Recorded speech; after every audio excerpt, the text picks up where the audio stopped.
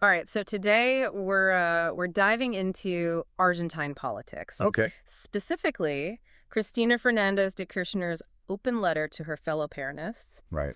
Our listener requested this deep dive, and looking at this material, it's way more than just another political letter, right? It is, yeah. This feels like a glimpse into a decades-long struggle that's still shaping Argentina today. Yeah. What's really fascinating is how Kirchner uses this letter to, connect what she calls an unprecedented moment in Argentine history to its past. This us versus them mentality. Yeah. She talks about it's practically baked into the DNA of Argentine politics, wouldn't you say? It really does feel that way. And she even backs it up with a quote from a prominent religious figure talking about this DNA of confrontation going all the way back to the 19th century. But it gets even more interesting when she ties it directly to Peronism. Right. So for those of us who need a little refresher, what exactly is Peronism? Well, It's a movement, an ideology, even a feeling, right? yeah. Kirchner uses all those terms Okay. almost interchangeably. Okay. And that's what makes it so enduring, so powerful. Hmm. You see, it's rooted in the era of Juan Perón, mid-20th century, with its focus on social justice, economic independence, a strong Argentina on the world stage. Okay. But over time, different factions have interpreted those core tenets in their own way. Which leads to the fragmentation we see now. Exactly. The point Kirchner seems especially concerned about. Right. Take the recent presidential election of Javier Milei, who she calls a showman economist. What do you make of that? It's a scathing critique. Yeah. And it speaks to that polarization we talked about. Yeah. She sees Milei, with his anti-Peronist stance, as a symptom of a larger pattern. Okay. Think about it.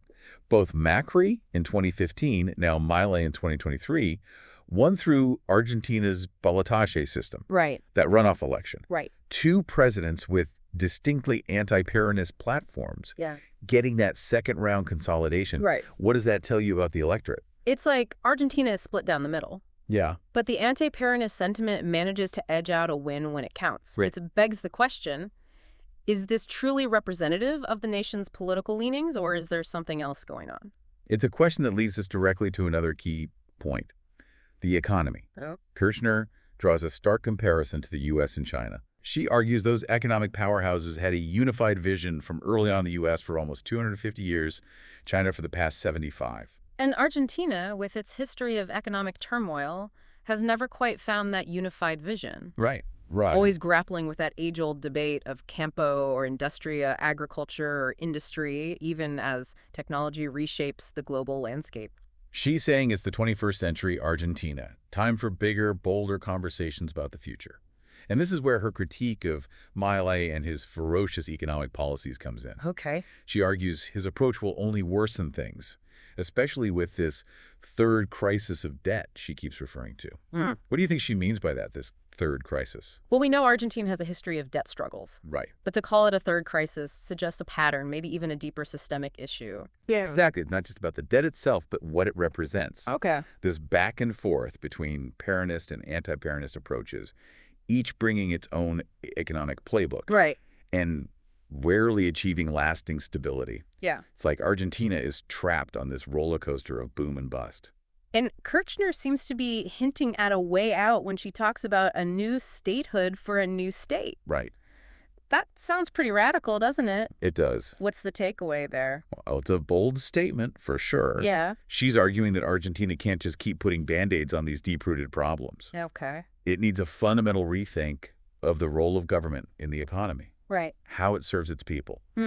Not just tweaking policies, but a system overhaul. So where does she even begin? We're talking about labor relations, education, security, the whole shebang, right? Yeah, she even goes so far as to critique how Argentina communicates its own story, both domestically and internationally. Really?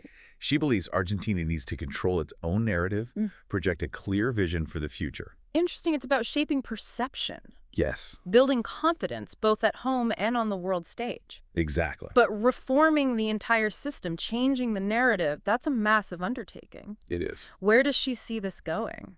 Well, she sees the Peronist Party as central to this effort, but even they aren't off the hook. Remember how she talks about straightening out what was twisted and ordering what was disordered within the party? Yeah. It's a call for self-reflection, for Peronism to adapt to the 21st century. It's like she's acknowledging that clinging to the past won't work. Exactly. And this is where it gets really interesting, right? Yeah. She mentions finding common ground with a former economy minister from the Menem era, Right. Roque Fernandez. Right. Talk about unexpected alliances. Right. Fernandez, who headed the central bank and served as Minister of Economy in the 90s, represents an economic ideology Kirchner has consistently opposed. Right. Yet, they both agree that Argentina's debt is a critical issue. Yes, that's huge. Two figures on opposite ends of the political spectrum finding common ground on such a divisive issue. Right. It really highlights the severity of this third crisis of debt. And it underscores her call for dialogue, for setting aside ideological differences. Okay. If they can find common ground, then surely others can too, right? It speaks to a core belief in her letter. Argentina can overcome these challenges, but only through a collective effort. And she takes it a step further, doesn't she? She calls for a regrouping of all political and social forces, Yes. not just within Peronism, but across the entire political landscape. Right. Is that even realistic in such a divided nation? It's ambitious, no doubt about it. Yeah. But it speaks to the urgency of the situation. Yeah. Kirchner seems to be saying that Argentina's very future depends on finding common ground, you know? This isn't just about political maneuvering. It's about something bigger. And she doesn't just stop at a call for unity, right? She pushes further, calling for a concrete program of government. Right. This isn't just about winning the next election, is it? This feels different. It's about long-term vision. And remember that line about restoring hope and pride to a nation mired in cruelty and the hatred of fools? Yeah. This is where that new statehood concept comes back into play. Okay. She's talking about a fundamental shift in how Argentina sees itself, how it operates. Okay, so let's unpack that. Okay. What would a new statehood actually look like? What specific reforms or initiatives does she propose? Well, she doesn't lay out like a detailed roadmap, Yeah. but she hints at a few key areas. Okay. Remember how she talks about the need for a great national agreement on the direction of Argentina's productive apparatus? That suggests a need to move beyond that old debate of campo or industria, Right. to find new models for economic growth, ones that leverage Argentina's strengths in a rapidly changing global economy. So not just picking winners and losers, but a more holistic approach to development. Exactly. And she also highlights the need to address social inequalities, to ensure that the benefits of growth are shared more broadly. Okay. She sees the Peronist movement as the driving force behind this transformation, Okay. but even they need to adapt. Remember her talk about unity with direction and a project. Yeah. It's about more than just coming together. Yeah. It's about having a shared purpose, a clear understanding of what Peronism represents in the 21st century. It sounds like she's challenging her own party as much as the opposition, maybe even more so. It is. It's a call for renewal, Right. for adaptation. Okay. And it's not just about policy, but about mentality. Remember how she talks about the need to deconstruct the cultural paradigms that have held Argentina back? Right.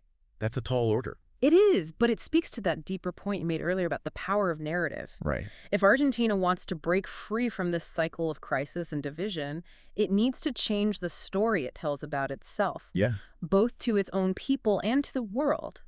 It's about believing in the possibility of a different future. And that, I think, is the most important takeaway from Kirchner's letter. Okay. It's a call to action, a plea for dialogue, a recognition of the immense challenges facing Argentina, but also, ultimately, an expression of hope, even amidst the uncertainty.